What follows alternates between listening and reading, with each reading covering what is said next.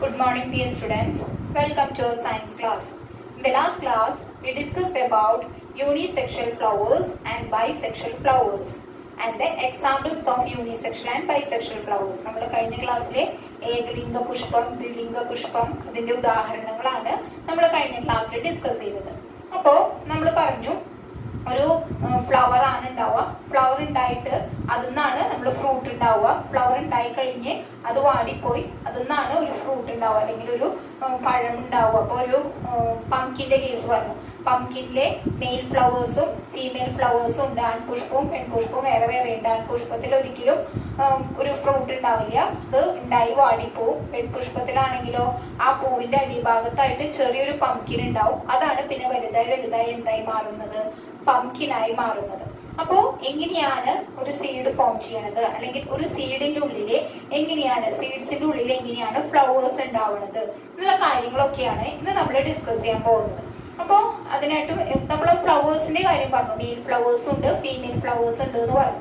അതുപോലെ തന്നെ ചില പ്ലാന്റ്സില് മെയിൽ പ്ലാന്റും ഉണ്ട്, ഫീമെയിൽ പ്ലാന്റും ഉണ്ട്. ആൺ ചെടിയുണ്ട്, പെൺചെടിയുണ്ട്. അതിന് എക്സാമ്പിൾ ആണ് കുടംപുളി. കുടംപുളി എന്ന് പറയുക, അങ്ങനെ നമ്മൾ ഒരു കുടംപുളി എന്ന് പറഞ്ഞിട്ട് അല്ലികളായിട്ട് ഓറഞ്ചിന്റെ അല്ലികളെ പോലെയുള്ള ഇതിനെയാണ് കുടംപുളി.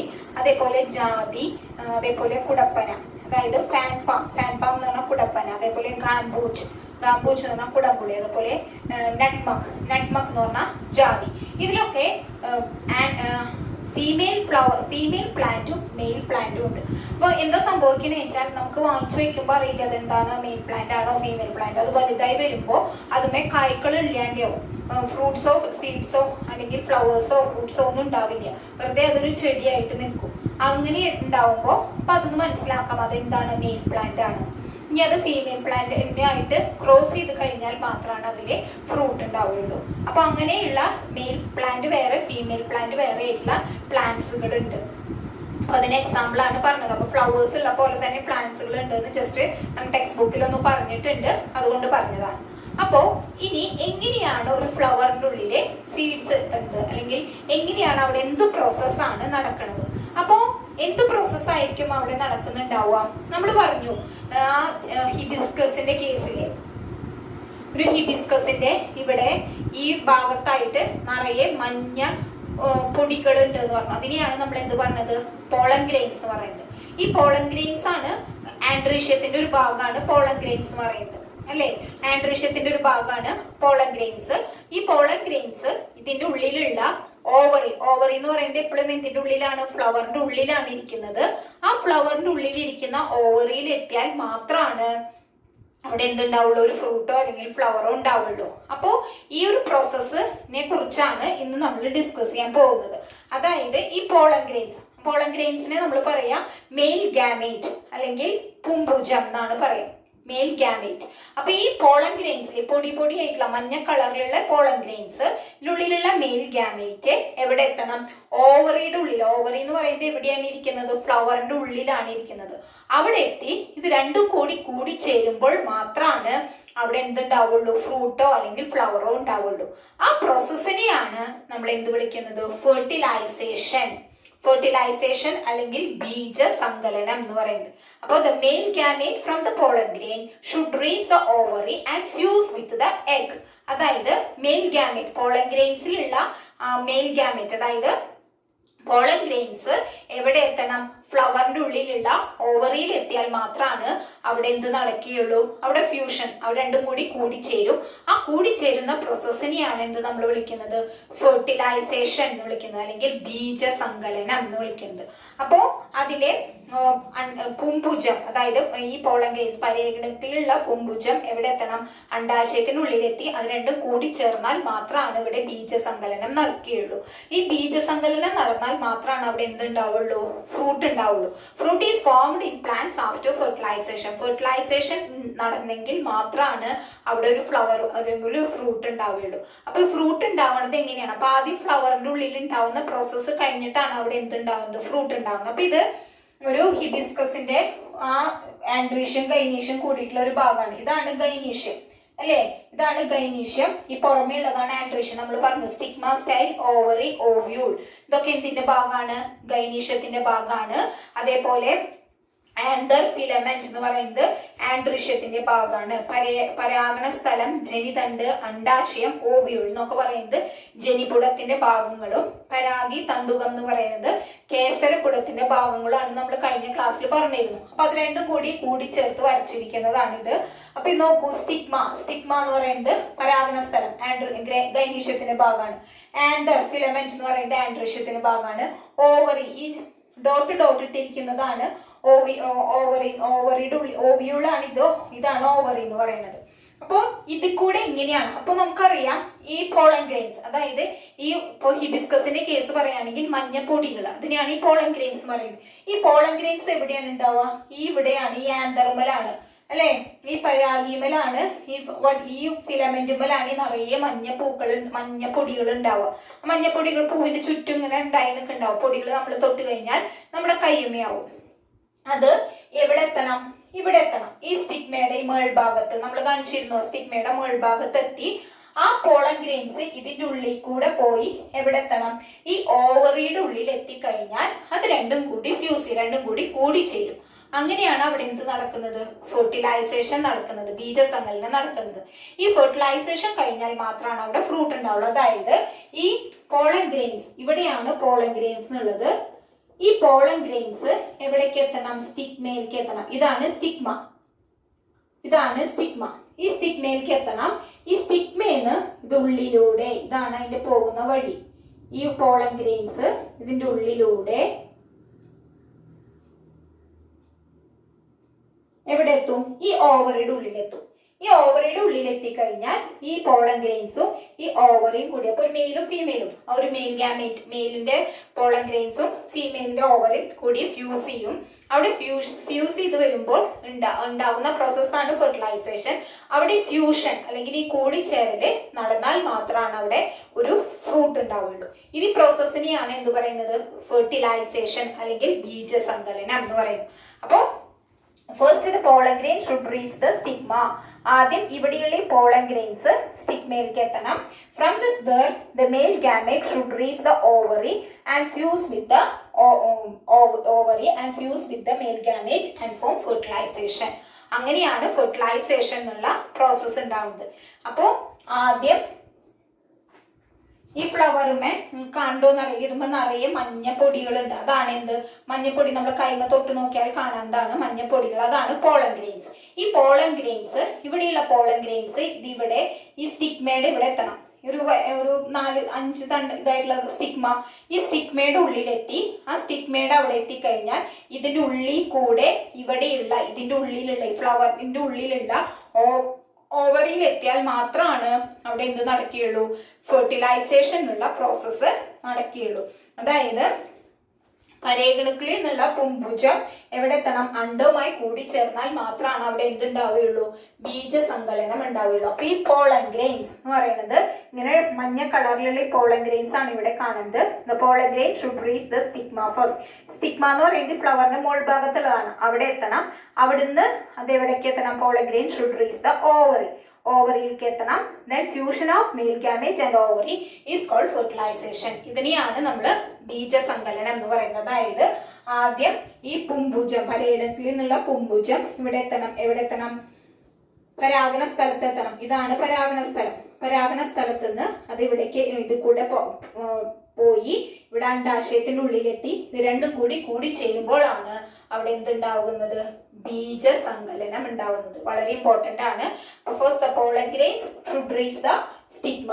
From there it should reach the ovary. ആദ്യം പോളൻ ഗ്രെയിൻസ്, ഇവിടെയാണ് പോളൻ ഗ്രെയിൻസ്. പോളൻ ഗ്രെയിൻസ് പൂവിന്റെ അടിയിലാണ്. സ്റ്റിഗ്മ എന്ന് പറയുന്നത് പൂവിന്റെ മുകളിലാണ്. അപ്പൊ ഇവിടെ എന്തെങ്കിലും മാർഗത്തിലൂടെ, അതെന്താണെന്നുള്ളതാണ് ഇനി അടുത്ത ക്ലാസ്സിൽ നമ്മൾ പറയാൻ പോകുന്നത്. ഈ പോളൻ ഗ്രെയിൻസ് ഇവിടെ എത്തണം, സ്റ്റിഗ്മയിൽ എത്തണം. സ്റ്റിഗ്മേന്ന് അത് ഇതിന്റെ ഉള്ളിൽ കൂടെ ഈ ഓവറിയുടെ ഉള്ളിൽ എത്തിയാൽ മാത്രമാണ് ഇവിടെ ഫെർട്ടിലൈസേഷൻ അല്ലെങ്കിൽ ബീജസങ്കലനം നടക്കുകയുള്ളൂ. ഫെർട്ടിലൈസേഷൻ നടന്നാൽ മാത്രമാണ് അവിടെ എന്തുണ്ടാവുകയുള്ളൂ? ഫ്രൂട്ട് ഉണ്ടാവുകയുള്ളൂ. അപ്പൊ ചിലപ്പോ ഈ പംകിൻ ഫ്ലവർ, പംകിനിലെ അപ്പൊ ഇപ്പൊ ഈ നമ്മൾ പറഞ്ഞു ഇതിപ്പോ ഹിബിസ്കസ് എടുക്കാനുള്ള കാരണം എന്താണ്? ഇത് രണ്ടും, അതായത് ആൻഡ്രീഷ്യൻ ഗൈനീഷ്യൻ, പെൺലിംഗാവയവും ആൺലിംഗാവയവും ഒരു ഫ്ലവറിനുള്ള കാരണം നമുക്ക് എളുപ്പത്തിൽ ഇതിങ്ങനെ പറയാൻ പറ്റി. പക്ഷെ നമ്മൾ പറഞ്ഞു അതല്ലാത്ത ഫ്ലവേഴ്സ് ഉണ്ട് എന്ന് പറഞ്ഞു. അതായത് ഫീമെയിൽ ഫ്ലവർ വേറെ, മെയിൽ ഫ്ലവർ വേറെ എന്ന് പറഞ്ഞു. പംകിന്റെ കേസിൽ പറഞ്ഞു പംകിനിലെ ഫീമെയിൽ ഫ്ലവർ ഉണ്ട്, മെയിൽ ഫ്ലവർ ഉണ്ട്. മെയിൽ ഫ്ലവർ എന്ന് പറയുന്നത് ആൺപുഷ്പം എന്ന് പറയുന്നത് വെറുതെ പൂ ഉണ്ടാവുകയുള്ളൂ, അതൊന്നും ഒന്നും ഉണ്ടാവില്ല. ഫീമെയിലിന് മാത്രമേ ഉണ്ടാവുള്ളൂ. പക്ഷെ ഈ മെയിൽ ഫ്ലവറിലാണ് എന്തുണ്ടാവുക, ഈ പോളൻ ഗ്രെയിൻസ്, ഈ പൂമ്പൊടി ഉണ്ടാവും. അത് ഫീമെയിൽ ഫ്ലവറിന്റെ ഉള്ളില്, പെൺപുഷ്പത്തിന്റെ ഉള്ളിലെ ഓവറയുടെ ഉള്ളിൽ എത്തിയാൽ മാത്രമാണ് അവിടെ പംകിൻ ഉണ്ടാവുകയുള്ളൂ അല്ലെ. അപ്പൊ ഇതെങ്ങനെയാണ് എത്തുക, അത് എത്തുന്നത് എങ്ങനെയാണ്, ആ പ്രോസസ്സിനെ പറയുന്ന പേരാണ്. ഇതിനെ കുറിച്ചാണ് ഇനി നമ്മൾ പറയുന്നത്. അപ്പോ നമ്മളിപ്പോ ഒരു മത്തൻ നട്ടു, കുറെ ആൺപൂക്കൾ ഉണ്ടായി, പെൺപൂക്കൾ ഉണ്ടാവുന്നുണ്ട്, പക്ഷെ അത് ഉണ്ടാവുന്നില്ല. അപ്പൊ നമ്മൾ എന്ത് ചെയ്യിച്ചാൽ ഒരു മത്തൻ പൂവിന്റെ പൂവ് പൊട്ടിച്ചിട്ട് ഈ പെൺപൂവിന്റെ ഇതിന്റെ ഉള്ളിൽ ഇങ്ങനെ കമത്തിയിടും. അപ്പൊ എന്ത് സംഭവിക്കും, ഈ ആൺപൂ, ഈ മെയിൽ ഫ്ലവറിന്റെ ഉള്ളിലുള്ള പോളൻ ഗ്രെയിൻസ്, പൂമ്പൊടി മുഴുവൻ ഫീമെയിൽ ഫ്ലവറിന്റെ ഉള്ളിലെത്തും. അത് അതിന്റെ ഉള്ളിലെത്തി, അതിന്റെ ഓവറിയുടെ ഉള്ളിലെത്തി കഴിഞ്ഞാൽ അവിടെ ഫ്യൂഷൻ നടക്കും. അങ്ങനെ അവിടെ എന്തുണ്ടാവും, പംകിൻ ഉണ്ടാവും. അങ്ങനെ ചെയ്യാറുണ്ട്. അത് രണ്ടും, അപ്പോ അത് രണ്ടും കൂടിച്ചേരാൻ എന്തെങ്കിലും കാരണവശാൽ പറ്റാതെ വരുമ്പോ, അപ്പോ ഈ ഫെർട്ടിലൈസേഷൻ എന്നുള്ള പ്രോസസ്സ് നടക്കണമെങ്കിൽ ഇതിനെ സഹായിക്കാൻ കുറെ ആൾക്കാർ വേണം. അപ്പൊ ഈ ഫെർട്ടിലൈസേഷൻ എന്താണ്, നമ്മൾ പറഞ്ഞു ഈ പോളൻ ഗ്രെയിൻസ് സ്റ്റിഗ്മയിലേക്ക് എത്തണം. Transfer of pollen grains from anther to stigma. ഈ സ്റ്റിഗ്മയിലേക്ക്, തണ്ടുകത്ത് പരാഗീന്ന് പരാഗണ സ്ഥലത്തേക്ക് ഈ പോളൻ ഗ്രെയിൻസ് എത്തിയാൽ മാത്രമാണ് അവിടെ ഫെർട്ടിലൈസേഷൻ നടക്കുകയുള്ളൂ എന്ന് പറഞ്ഞു. അപ്പൊ ഈ ഫെർട്ടിലൈസേഷൻ നടന്നാൽ മാത്രമാണ് അവിടെ എന്തുണ്ടാവുള്ളൂ, ഫ്രൂട്ട് ഉണ്ടാവുള്ളൂ. ബീജസങ്കലനം നടന്നാൽ മാത്രമാണ് അവിടെ ഫലങ്ങൾ ഉണ്ടാവുള്ളൂ, ഫ്രൂട്ട് ഉണ്ടാവുള്ളൂ.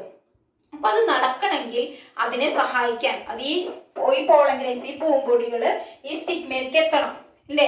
പോളൻ ഗ്രെയിൻസ് സ്റ്റിഗ്മയിലേക്ക് എത്തണം. എങ്ങനെയൊക്കെ ആയിരിക്കും അത് എത്തുന്നുണ്ടാവുക, അതാണ് ഇനി നമ്മൾ അടുത്തത് ഡിസ്കസ് ചെയ്യാൻ പോകുന്നത്. അപ്പൊ അതിനെ സഹായിക്കാൻ നമ്മുടെ നേച്ചറിൽ തന്നെ, നമ്മുടെ പ്രകൃതിയിൽ തന്നെ ഒരുപാട് കാര്യങ്ങളുണ്ട്. അത് ഇമ്പോർട്ടന്റ് ആണ്. അതിനെ കുറിച്ചാണ് ഇനി നമ്മൾ ഡിസ്കസ് ചെയ്യാൻ പോകുന്നത്. അതായത് transfer of pollen grains from anther to stigma. ഇതാണ് ആന്തർ അല്ലെ, ഇതാണ് ആന്തർ. ഈ ആന്തറിന്ന് സ്റ്റിഗ്മയിലേക്ക് എന്തെത്തണം, ഈ പോളൻ ഗ്രെയിൻസ് എത്തണം. എന്നാൽ മാത്രമാണ് അവിടെ എന്ത് നടക്കുകയുള്ളൂ, ഫെർട്ടിലൈസേഷൻ നടക്കുകയുള്ളൂ. ഈ പരാഗീന്ന് ഈ തന്തുകത്തിലുള്ള പോളൻ ഗ്രെയിൻസ് ഇവിടെ പരാഗണ സ്ഥലത്തേക്ക് എത്തി, ഓവറിഡ് ഇവിടെ എത്തിക്കഴിഞ്ഞാൽ ഇത് തനിയെ ഓവറിയുടെ ഉള്ളിലേക്ക് പോയിക്കോളൂ, ഓവറിയുടെ അവിടേക്ക് എത്തിക്കോളൂ. അപ്പൊ ഇവിടെ എത്തുന്ന ഒരു പ്രോസസ് ഉണ്ട്. ആ പ്രോസസ്സിനെ നമ്മൾ വിളിക്കുന്ന പേരാണ് എന്ത്, പോളിനേഷൻ, പരാഗണം എന്ന് വിളിക്കുന്നത്. അപ്പൊ അതിനെ കുറിച്ചാണ് ഇനി നമ്മൾ ഡിസ്കസ് ചെയ്യാൻ പോകുന്നത്. പോളിനേഷൻ,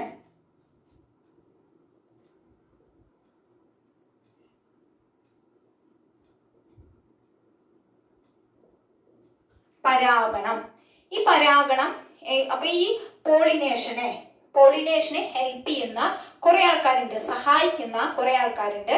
അവരെയാണ് നമ്മൾ വിളിക്കുന്നത് പോളിനേറ്റിംഗ് ഏജന്റ്സ്.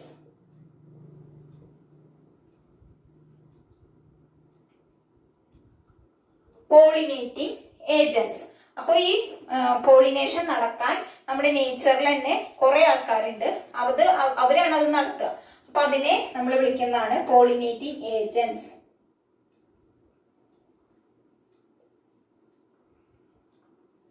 പരാഗണകാരികൾ. അപ്പൊ അതിനെ കുറിച്ചാണ് ഇനി നമ്മൾ ഡിസ്കസ് ചെയ്യാൻ പോകുന്നത്. അപ്പോ what is pollination? The transfer of pollen grains from anther to stigma. Transfer of pollen grains, ഇവിടെയുള്ള ഈ ആന്തറിലുള്ള പോളൻ ഗ്രെയിൻസ് എവിടെ എത്തണം, സ്റ്റിഗ്മയിലേക്ക് എത്തണം. സ്റ്റിഗ്മയിലേക്ക് എത്തിയാൽ മാത്രമാണ് ഇവിടെ ഫെർട്ടിലൈസേഷൻ നടക്കുകയുള്ളൂ.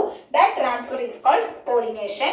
The factors that helps the pollination are called pollinating agents. അതായത് ഈ പരാഗണം നടക്കാൻ സഹായിക്കുന്ന ആൾക്കാരെയാണ് പരാഗണികൾ എന്ന് പറയുന്നത്. പരാഗിയിൽ നിന്ന് പരാഗണികൾ പരാഗണ സ്ഥലത്ത് എത്തണം. ഇവിടെയുള്ളത് ഈ പരാഗണ സ്ഥലത്ത് എത്തിയാൽ മാത്രമാണ് ഇവിടെ എന്ത് നടക്കുകയുള്ളൂ, ബീജസങ്കലനം നടക്കുകയുള്ളൂ. അപ്പൊ ഈ പരാഗണത്തിന് സഹായിക്കുന്ന ഘടകങ്ങളാണ് പരാഗണകാരികൾ എന്ന് വിളിക്കുന്നത്. അപ്പൊ ഏതൊക്കെയായിരിക്കും? കുറെ ജീവികൾ അതിനെ, ഇൻസെക്ട്സ് അതിനെ ഹെൽപ്പ് ചെയ്യുന്നുണ്ട്. അപ്പൊ അതിനെ കുറിച്ചാണ് ഇനി നമ്മൾ ഡിസ്കസ് ചെയ്യുന്നത്. അപ്പോ നമുക്കറിയാം, നമ്മൾ കണ്ടിട്ടുണ്ടാവും ഈ ഫ്ലവേഴ്സിലൊക്കെ ബട്ടർഫ്ലൈസ് വന്നിരിക്കുന്നത്, പൂമ്പാറ്റകള്, തുമ്പികള്, ചിലപ്പോ കിളികള് ഒക്കെ വന്നിരിക്കുന്നുണ്ടാവും. അപ്പൊ നമ്മൾ എന്ത് വിചാരിക്കുക, അവരെന്തിനു വേണ്ടിയിട്ടാണ് അവിടെ വന്നിരിക്കുന്നത്? ആ പൂവിന്റെ ഉള്ളില് നല്ല മധുരമുള്ള തേനുണ്ടാവും. നെക്ടർ. നെക്ടർ കുടിക്കാൻ വേണ്ടിയിട്ടാണ് അവർ ബട്ടർഫ്ലൈസ് ഒക്കെ അവിടെ വന്നിരിക്കുന്നത്. അത് കുടിക്കാൻ വേണ്ടി മാത്രമല്ല, അതിലൂടെയും ഒരു പ്രോസസ്സ് നടക്കുന്നുണ്ട്. അതായത് ആ ഇൻസെക്ട്സിന്റെ, ബട്ടർഫ്ലൈസ്, ഹണി ബീസ്, അങ്ങനെ ചെറിയ ചെറിയ ഇൻസെക്ട്സ്, ഈ പൂക്കളുമയൊക്കെ വന്നിരിക്കുന്ന ഇൻസെക്ട്സിന്റെ കാലിന്റെ ഭാഗങ്ങൾ നോക്കിയാൽ അറിയാം ഭയങ്കര റഫ് ആയിരിക്കും. റഫ് എന്ന് പറഞ്ഞാൽ പരുപരുത്തതായിരിക്കും. അപ്പോൾ നമ്മൾ ഈ പൂവിന്റെ ഇവിടെ വന്നിരിക്കുമ്പോൾ ഈ പോളൻ ഗ്രെയിൻസ് അവരുടെ കാലുമ പറ്റും. അവരുടെ കാലുമ അങ്ങനെ പെട്ടെന്ന് പറ്റി പിടിച്ചിരിക്കും. അവരുടെ കാലുമ പെട്ടെന്ന് പറ്റി പിടിച്ചിരുന്ന് അവർ തേൻ കുടിച്ചു കഴിഞ്ഞാൽ അവർ വേറെ ഫ്ലവറിലേക്ക് പോകും. അപ്പൊ ഈ പോളൻ ഗ്രെയിൻസ് ആ ഫ്ലവറുമേൽ വന്നിരിക്കും. അപ്പൊ അങ്ങനെ ഒരു മെയിൽ ഫ്ലവറുമേലുള്ള പോളൻ ഗ്രെയിൻസ് ആ ഭാഗത്ത് തന്നെ ഫീമെയിൽ ഫ്ലവർ ഉണ്ടായി നിൽക്കുന്നുണ്ടാവുമല്ലോ. ആ ഫീമെയിൽ ഫ്ലവറുമേ വന്നിരിക്കുകയാണെങ്കിൽ അവിടെ എന്ത് നടന്നു? പോളിനേഷൻ നടന്നു. അവിടെ പരാഗണം നടന്നു, പോളിനേഷൻ നടന്നു. അപ്പൊ അവിടെ ആ പോളൻ ഗ്രെയിൻസ് സ്റ്റിഗ്മയിലേക്ക് എത്തി. അവിടുന്ന് തിരിച്ച് നേരെ അത് ഓവറിലേക്കുള്ളിലെത്തി ഫെർട്ടിലൈസേഷൻ നടക്കും.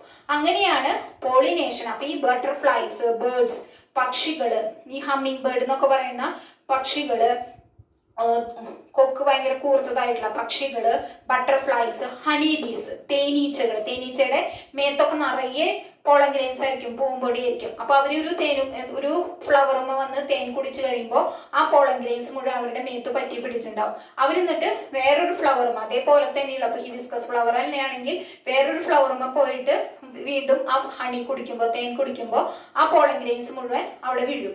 അപ്പോൾ ഈ പോളൻ ഗ്രെയിൻസ് സ്റ്റിഗ്മയുടെ അവിടെയാണ് വീഴുക. മുകളിലാണല്ലോ സ്റ്റിഗ്മ നിൽക്കുന്നത്. ആ സ്റ്റിഗ്മയുടെ അവിടേക്ക് വീഴുമ്പോൾ അത് പോളൻ ഗ്രെയിൻസ് ഇതിൽ കൂടെ ഓവറിന്റെ ഉള്ളിൽ പോയി എന്ത് നടക്കും?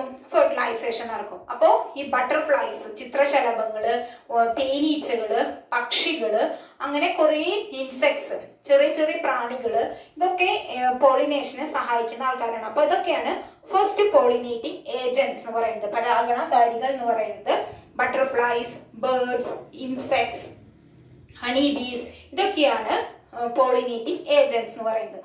അപ്പോൾ ഇതൊക്കെയാണ് പോളിനേഷനെ സഹായിക്കുന്നത്, പരാഗണത്തിന് സഹായിക്കുന്നതാണ് ചിത്രശലഭങ്ങൾ, തേനീച്ചകൾ, ചെറിയ ചെറിയ വണ്ടുകള്, ഇൻസെക്ട്സ്, അതേപോലെ പക്ഷികള്. ഇതൊക്കെയാണ് പോളിനേഷൻ, പരാഗണത്തിന് സഹായിക്കുന്ന ഘടകങ്ങൾ. ഇനി ഇതുവരെ ഈ ബട്ടർഫ്ലൈസും ബേർഡ്സും ഇൻസെക്ട്സും ഒക്കെ ഈ ഫ്ലവേഴ്സുമ വന്നിരിക്കണമെങ്കിൽ അവരെ അട്രാക്ട് ചെയ്യാവുന്ന വിധത്തിലുള്ള കുറെ കാര്യങ്ങൾ ആ ഫ്ലവേഴ്സിൽ ഉണ്ടാവണം. എന്തൊക്കെ പെക്യുലാരിറ്റീസ് ആയിരിക്കും ആ ഫ്ലവേഴ്സിന് ഉണ്ടാവുക, എന്തൊക്കെ സവിശേഷതകളായിരിക്കും ആ പൂക്കൾക്ക് ഉണ്ടാവുക, അതിനെ കുറിച്ചാണ് ഇനി നമ്മൾ പറയുന്നത്. വളരെ ഇമ്പോർട്ടന്റ് ആണ്. അപ്പൊ അതിനെ കുറിച്ചാണ് നമ്മൾ പറയുന്നത്. അപ്പൊ ഈ ബട്ടർഫ്ലൈസിനെയും ബേർഡ്സിനും, അപ്പോ പോളിനേഷൻ നടക്കാനുള്ള ആദ്യത്തെ ആൾക്കാർ, ആദ്യത്തെ പോളിനേറ്റിംഗ് ഏജന്റ്സ് എന്ന് പറയുന്നത് ആരൊക്കെയാണ്? Butterflies, honeybees, birds, insects.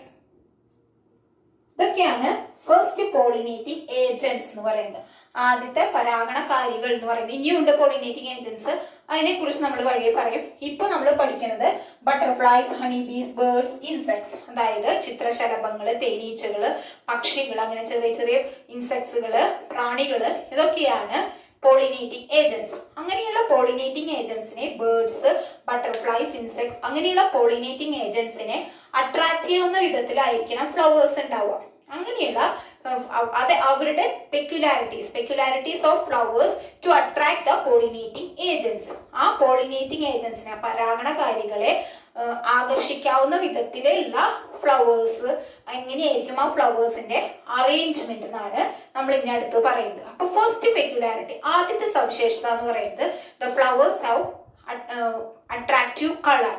Attractive colour എന്ന് പറഞ്ഞാൽ എന്താ? നല്ല ആകർഷകമായ കളറായിരിക്കും അവർക്ക് ഉണ്ടാവുക. അപ്പോൾ അങ്ങനെ നല്ല കളറുള്ള ഫ്ലവേഴ്സുമൽ മാത്രമാണ് ഈ ബേർഡ്സും അതേപോലെ ബട്ടർഫ്ലൈസും ഇൻസെക്ട്സും ഒക്കെ വന്നിരിക്കുള്ളൂ. നല്ല കളറുള്ള പൂക്കളും അവർ പെട്ടെന്ന് വന്നിരിക്കും.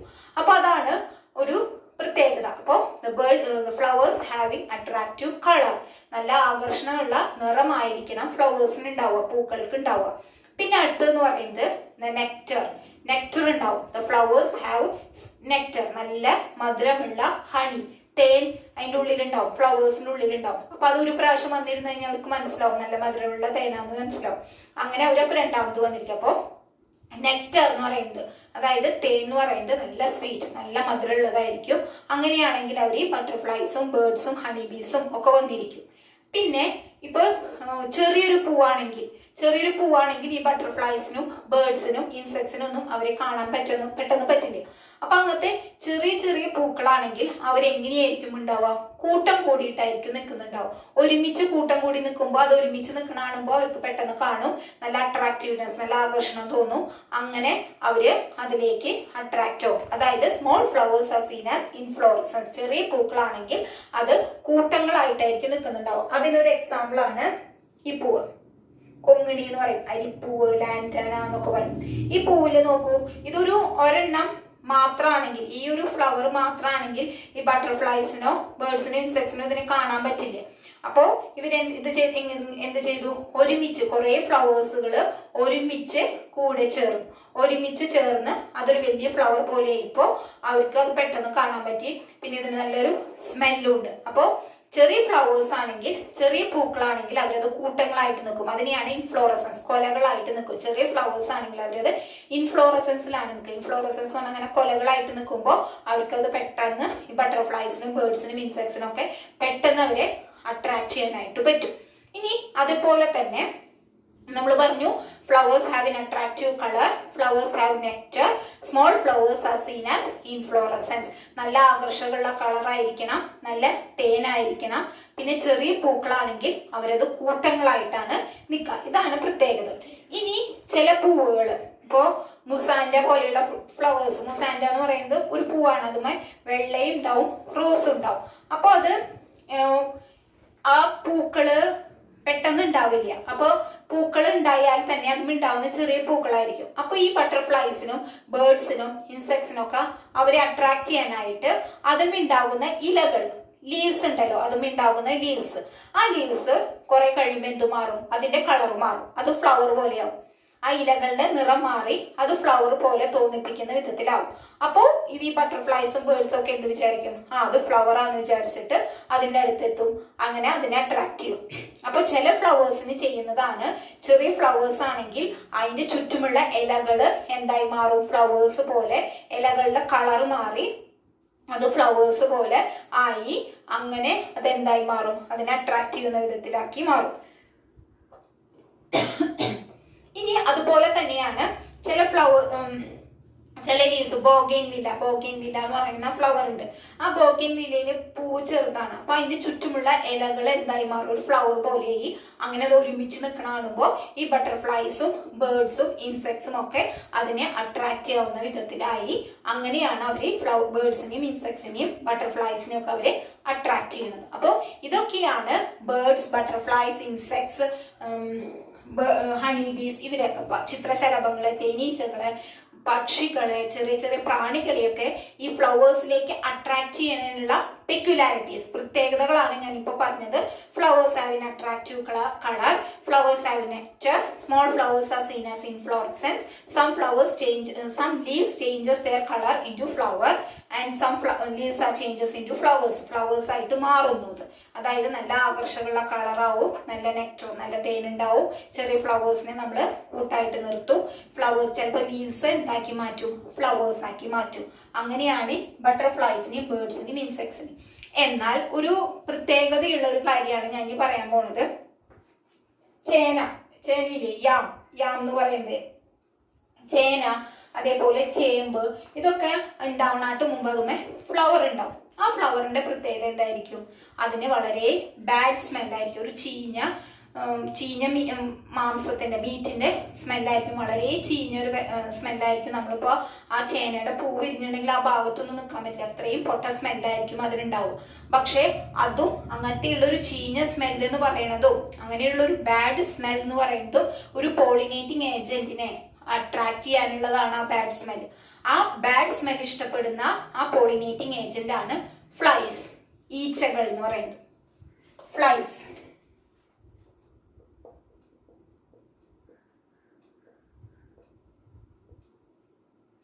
ഈച്ചകൾ എന്ന് പറയുന്നത്, ഫ്ലൈസ് എന്ന് പറയുന്നത് അവർക്ക് ചീഞ്ഞത് മണായിരിക്കും ഉണ്ടാവുക. അപ്പൊ അവിടെ പോളിനേഷൻ നടക്കുക എന്തിലൂടെയാണ്? ഫ്ലൈസിലൂടെയാണ്, ഈച്ചകളിലൂടെയാണ്. അതായത് യാം, എലിഫന്റ് യാം, അതായത് ചേനയുടെ പൂവ്, അതേപോലെ തന്നെ ടാരോ ലീഫ്, ടാരോ എന്ന് പറഞ്ഞാൽ എന്താ, ചേമ്പിന്റെ പൂവ്. ഇതൊക്കെ ഇതിന്റെ പൂവ് വിരിഞ്ഞു കഴിഞ്ഞാൽ വളരെ ബാഡ് സ്മെല്ലാണ് ഉണ്ടാവുക. ആ ബാഡ് സ്മെൽ എന്ന് പറയുന്നത് എന്തിനാണ്? ഈച്ചകളെ അട്രാക്ട് ചെയ്യാനാണ്. ഫ്ലൈസ്, ഈച്ചകളെ അട്രാക്ട് ചെയ്യാനായിട്ടാണ് അതിന് ബാഡ് സ്മെൽ ഉണ്ടാവുന്നത്. അപ്പൊ അവിടെ ബട്ടർഫ്ലൈസോ ബേർഡ്സോ ഇൻസെക്ട്സോ വരില്ല, ഈച്ചകൾ മാത്രമാണ് വരിക. അത് ഈച്ചകളാണ് അവിടുത്തെ പോളിനേറ്റിംഗ് ഏജൻസ്, പരാഗണകാരികൾ എന്ന് പറയുന്നത് ഇവിടെ എന്താണ്? ഈച്ചകളാണ്. അതുപോലെ തന്നെ നമ്മുടെ ഈ ലോകത്തിലെ ഏറ്റവും വലിയ ഫ്ലവർ ഏതാണെന്ന് നമുക്കറിയാം. ഏതാണ് ഏറ്റവും വലിയ ഫ്ലവർ? റഫ്ലീഷ്യ ആണ് നമ്മുടെ ഈ ലോകത്തെ ഏറ്റവും വലിയ ഫ്ലവർ.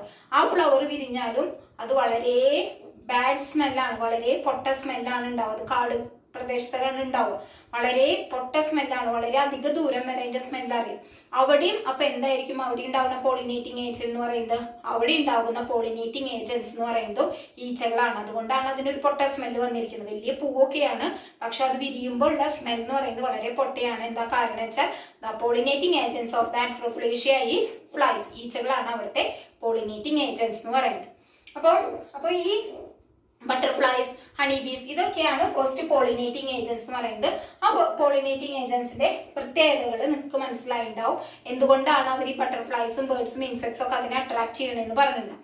ഇനി പോളിനേഷൻ നടത്തുന്ന പോളിനേറ്റിംഗ് ഏജന്റ് എന്ന് പറയുന്നത് വേറൊരു പോളിനേറ്റിംഗ് ഏജന്റ് ആണ് വിൻഡ്, കാറ്റ് എന്ന് പറയുന്നത്. കാറ്റ് എന്ന് പറയുന്നതും ഒരു പോളിനേറ്റിംഗ് ഏജന്റ് ആണ്, വിൻഡ്. അപ്പോൾ ഈ വിൻഡിലൂടെ പോളിനേഷൻ നടക്കുന്നത് ഏതൊക്കെയായിരിക്കും? ഏതൊക്കെ പ്ലാന്റ്സിലായിരിക്കും വിൻഡിലൂടെ പോളിനേഷൻ നടക്കുന്നത്?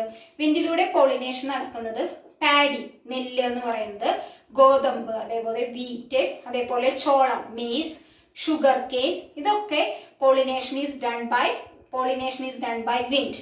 The pollinating agent in rice, pollinating agent in paddy, wheat, maize, sugar cane are wind. വിൻഡാണ്, കാറ്റിലൂടെയാണ് ഈ നെല്ലിലും അതേപോലെ ഗോതമ്പ്, ചോളം, അതേപോലെ ഷുഗർ കെയിൻ, കരിമ്പ്, ഇതിലൊക്കെ പോളിനേഷൻ നടക്കുന്നത് എന്തിലൂടെയാണ്? വിൻഡിലൂടെയാണ്, കാറ്റിലൂടെയാണ് പോളിനേഷൻ നടക്കുന്നത്. അതായത് ഈ പോളൻ ഗ്രെയിൻസ് കാറ്റിലൂടെ മെയിൽ ഫ്ലവേഴ്സ് നിന്ന് ഫീമെയിൽ ഫ്ലവറിലേക്ക് എത്തി അവിടെ അങ്ങനെ പോളിനേഷൻ നടന്ന് അവിടെ അങ്ങനെ ഫെർട്ടിലൈസേഷൻ നടക്കുന്നു. അപ്പൊ പോളിനേഷൻ ബൈ വിൻഡ്, കാറ്റിലൂടെ നടക്കുന്ന പരാഗണത്തിന് എക്സാമ്പിൾ ആണ് paddy, wheat, maize, sugar cane. ഇതൊക്കെയാണ് വിൻഡിലൂടെ നടക്കുന്ന പോളിനേറ്റിംഗ് ഏജൻസ്, പോളിനേഷൻ എന്ന് പറയുന്നത്. അപ്പോൾ ഈ വിൻഡിലൂടെ നടക്കുന്ന പോളിനേഷന്റെ ഫ്ലവേഴ്സിന്റെ പ്രത്യേകത എന്തായിരിക്കും? എന്താ പ്രത്യേകത എന്ന് പറയുന്നത്? ഇപ്പൊ ഇതുപോലെ നല്ല അട്രാക്റ്റീവ് സ്മെല്ലോ അട്രാക്റ്റീവ് കളറോ ഒന്നും ഉണ്ടാവണമെന്നില്ല. പിന്നെ എന്ത് വേണം? അവർക്ക് ഒരുപാട് പോളൻ ഗ്രെയിൻസ് വേണം. എന്താ വെച്ചാൽ കാറ്റിലൂടെ എല്ലാം ഫീമെയിൽ ഫ്ലവറിന്റെ അവിടത്തേക്ക് ഇതില്ല, കാറ്റിലൂടെ കുറെയൊക്കെ താഴത്തേക്ക് വീണ് പോകുന്നുണ്ടാവും. അപ്പോ the first peculiarity of flowers in which pollinating agent is wind. വിൻഡാണ്, കാറ്റാണ് പോളിനേറ്റിംഗ് ഏജന്റ് എങ്കിൽ ആ ഫ്ലവറിന്റെ പെക്യുലാരിറ്റി എന്ന് പറയുന്നത് has a large number of pollen grains. ഒരുപാട് പോളൻ ഗ്രെയിൻസ് വേണം. ഹാവ് ലാർജ് നമ്പർ ഓഫ്, ധാരാളം പൂമ്പൊടികൾ ഉണ്ടെങ്കിൽ മാത്രമാണ് അവിടെ വിൻഡിലൂടെയുള്ള പോളിനേഷൻ പോസിബിൾ ആവുള്ളൂ. അപ്പൊ നമ്മൾ ഈ നെൽച്ചെടിയൊക്കെ ഉണ്ടായി നിൽക്കുന്ന സമയത്ത് നല്ല കാറ്റുള്ള സമയമായിരിക്കും, അപ്പൊ അവിടെ പോളിനേഷൻ വേഗം നടക്കും. അപ്പോൾ have large number of pollen grains, ഒരുപാട് പൂമ്പൊടികൾ ഉണ്ടെങ്കിൽ മാത്രമാണ് വിൻഡിലൂടെയുള്ള പോളിനേഷൻ നടക്കുള്ളൂ. പിന്നെ ഈ പോളൻ ഗ്രെയിൻസ് എന്ന് പറയുന്നത് വളരെ വെയിറ്റ് ഉള്ള, നല്ല ഭാരമുള്ള പോളൻ ഗ്രെയിൻസ് ആണെങ്കിൽ അവർക്ക് കാറ്റിലൂടെ ഇങ്ങനെ പറന്ന് നടക്കാൻ പറ്റില്ല. അപ്പൊ എന്തായിരിക്കണം? പോളൻ ഗ്രെയിൻസ് എന്ന് പറയുന്നത് വളരെ കനം കുറഞ്ഞതായിരിക്കണം. Lighter in weight. The pollen grains are lighter in weight. Lighter in weight എന്ന് പറഞ്ഞാൽ എന്താ? വളരെ ഭാരം കുറഞ്ഞതായിരിക്കണം. ഈ പൂമ്പൊടി പരാഗരേണുക്കൾ എന്ന് പറയുന്നത് വളരെ ഭാരം കുറഞ്ഞതായിരിക്കണം. പോളൻ ഗ്രെയിൻസ് എന്ന് പറയുന്നത് വളരെ ലൈറ്റ് വെയിറ്റ് ആയിരിക്കണം. എന്നാൽ മാത്രമാണ് അവർക്ക് കാറ്റിലൂടെ സുഖമായിട്ട് പറക്കാൻ പറ്റുള്ളൂ. അപ്പോൾ the peculiarities of flowers in which pollinating agent is wind. വിൻഡാണ് പോളിനേറ്റിംഗ് ഏജന്റ് എങ്കിൽ ആ ഫ്ലവേഴ്സിന്റെ പെക്യുലാരിറ്റി എന്ന് പറയുന്നത് have large number of pollen grains. ഒരുപാട് പോളൻ ഗ്രെയിൻസ് ഉണ്ടാവും. The pollen grains are lighter in weight. Pollen grains എന്ന് പറയുന്നത് വളരെ വെയിറ്റ് കുറവായിരിക്കും. ധാരാളം പൂമ്പൊടികൾ ഉണ്ടാവും. പരാഗണുക്കൾ എന്ന് പറയുന്നത് ഭാരം കുറഞ്ഞവയായിരിക്കും. ഇനി നെക്സ്റ്റ് ഒരു പോളിനേറ്റിംഗ് ഏജന്റ് ആണ് വാട്ടർ.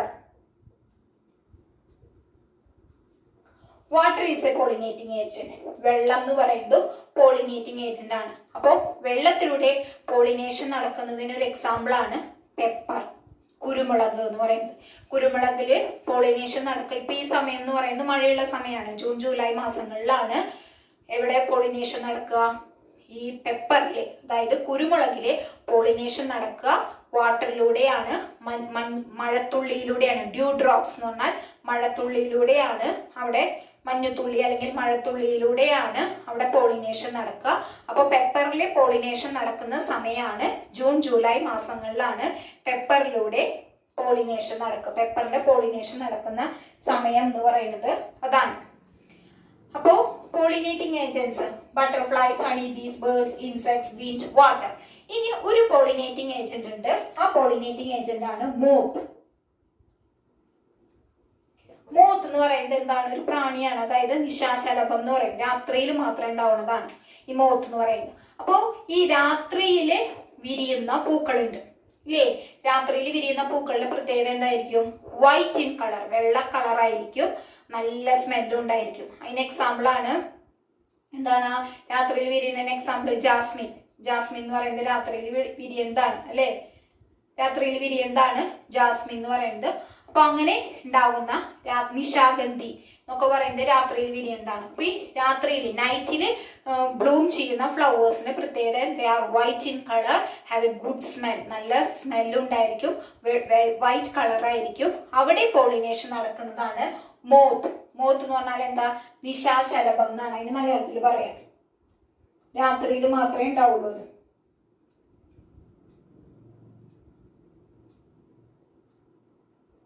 നിശാശലഭം. അപ്പോ പോളിനേഷൻ നടക്കുക. ഇത്രയൊക്കെയാണ് പോളിനേഷൻ നടക്കുന്ന പോളിനേറ്റിംഗ് ഏജൻസി. ഇനിയും ഉണ്ടാവും, പക്ഷെ നമുക്കിപ്പോ ഇത്രയും പഠിക്കാനുള്ളൂ. പോളിനേഷൻ എന്ന് പറഞ്ഞാൽ എന്താണ്? The transfer of pollen grains from anther to stigma. സ്റ്റിഗ്മയിൽ ആന്തറിന്ന് സ്റ്റിഗ്മയിലേക്ക് പോളൻ ഗ്രെയിൻസിനെ ട്രാൻസ്ഫർ ചെയ്യുന്ന പ്രോസസ്സിനെയാണ് പോളിനേഷൻ എന്ന് പറയുന്നത്. The factors that helps the pollination are called pollinating agents. അങ്ങനെ പോളിനേഷനെ സഹായിക്കുന്ന ആൾക്കാരെയാണ് പോളിനേറ്റിംഗ് ഏജൻസ് എന്ന് വിളിക്കുന്നത്. അപ്പൊ ആരൊക്കെയാണ് പോളിനേറ്റിംഗ് ഏജൻസ് എന്ന് പറയുന്നത്? ഫസ്റ്റ് പോളിനേറ്റിംഗ് ഏജൻസ് ആണ് ബട്ടർഫ്ലൈസ്, ഹണി ബീസ്, ബേർഡ്സ്, ഇൻസെക്ട്സ് എന്ന് പറയുന്നത്. അപ്പൊ അവർക്കാണെങ്കിൽ എങ്ങനെയായിരിക്കണം? ഫ്ലവേഴ്സിൽ അട്രാക്റ്റീവ് കളർ ഉണ്ടായിരിക്കണം, നല്ല നെക്ടർ ഉണ്ടായിരിക്കണം, നല്ല തേൻ ഉണ്ടായിരിക്കണം. സ്മോൾ ഫ്ലവേഴ്സ് ആണെങ്കിൽ അത് കൂട്ടമായിട്ട് ഇൻഫ്ലോറസൻസിൽ നിൽക്കണം. ചിലതിന്റെ ലീഫ് എന്തായിട്ട് മാറും? ഫ്ലവേഴ്സ് ആയിട്ട് മാറും, അവരെ അട്രാക്ട് ചെയ്യാനായിട്ട്. ഇതൊക്കെയാണ് അതിന്റെ പ്രത്യേകതകൾ. The second pollinating agent is wind. Wind pollinating agents ആയിട്ടുള്ള എക്സാമ്പിൾ ആണ് paddy, wheat, maize, sugar cane. അപ്പൊ അവിടുത്തെ ഫ്ലവേഴ്സിന്റെ പ്രത്യേകത എന്താണ്? They have large number of pollen grains. Pollen grains are light weight. ഇനി third pollinating agent is water. Pollinating agent water ആയിട്ടുള്ള example ആണ് പെപ്പർ, കുരുമുളക്. പിന്നെ fourth pollinating agent is moth, നിശാശലഭം. അതായത് രാത്രിയിൽ ബ്ലൂം ചെയ്യുന്ന വിരിയുന്ന പൂക്കളെ പോളിനേഷൻ നടക്കുക മോത്തിലൂടെയാണ്. അപ്പൊ രാത്രിയിൽ വിരിയുന്ന ഫ്ലവേഴ്സിന് പ്രത്യേകത എന്താണ്? They have white in colour, have an attractive smell. നല്ല സ്മെല്ലായിരിക്കണം, വൈറ്റ് ഇൻ കളർ ആയിരിക്കണം. അതായത് പരാഗയിൽ നിന്ന് പരാഗരേണുക്കൾ പരാഗണ സ്ഥലത്ത് പതിക്കുന്ന പ്രോസസ്, ഇതിനെ പറയുന്ന പ്രക്രിയനെ പറയുന്നതാണ് പരാഗണം. അതിനെ സഹായിക്കുന്നതാണ് പരാഗണകാരികൾ. അപ്പൊ അതിന് പരാഗണകാരികൾ എന്ന് പറയുന്നത് ചിത്രശലഭം, തേനീച്ച, പ്രാണികള്, അതേപോലെ പക്ഷികൾ.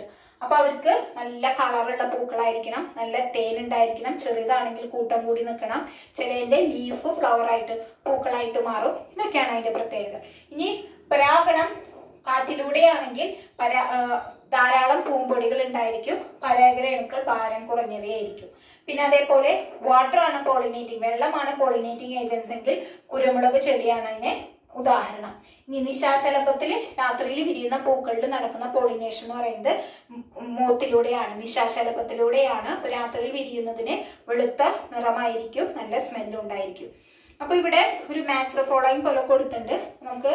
അതായത് ലൈറ്റ് വെയിറ്റ് പോളൻ ഗ്രെയിൻസ്, ഭാരം കുറഞ്ഞ പരാഗരേണുക്കളാണെങ്കിൽ അവിടെ നടക്കുന്ന പോളിനേറ്റിംഗ് ഏജൻസ് എന്ന് പറയുന്നത് എന്താണ്? വിൻഡ് ആണ് അല്ലെ, കാറ്റാണ്. വർണ്ണ ഭംഗിയുള്ള പൂക്കൾ, കളർഫുൾ ഫ്ലവേഴ്സ്, അതിലുള്ള പോളിനേഷൻ നടക്കുക ഹണി ബീസ് ആണ്, തേനീച്ചകളാണ്. രാത്രി വിരിയുന്ന വെളുത്ത പൂക്കൾ, അവിടെ പോളിനേഷൻ നടക്കുക എന്താണ്? White flowers that bloom at night, pollination is done by moth, നിശാശലഭം വരെയാണ്. ഈർപ്പത്തിലൂടെയുള്ള പരാഗണം നടക്കുന്നത് എന്താണ്? പോളിനേഷൻ ഇൻ മോയ്സ്ചർ നടക്കുന്ന പോളിനേറ്റിംഗ് ഏജൻസ് എന്ന് പറയുന്നത് എന്താണ്? വാട്ടർ ആണ്. അപ്പോൾ പോളിനേഷൻ ഇത്തിരി വലിയൊരു ടോപ്പിക്കാണ്. പിന്നെ അതേപോലെ ചില പൂക്കൾ, അതായത് എലിഫന്യ, ചേന, ചേമ്പ്, ഇതിന്റെ ഒക്കെ പൂക്കൾ വിരിയുമ്പോൾ വളരെ ഫൗൾ സ്മെല്ല്, നല്ല പൊട്ട സ്മെല്ലായിരിക്കും ഉണ്ടാവുക. ആ സ്മെല്ലിന് കാരണം അവിടെയുള്ള പോളിനേറ്റിംഗ് ഏജൻസ് എന്ന് പറയുന്നത് ഈച്ചകളാണ്. അപ്പൊ ഇത്രയുമാണ് ഈ ക്ലാസ്സിൽ നമ്മൾ ഡിസ്കസ് ചെയ്തത്.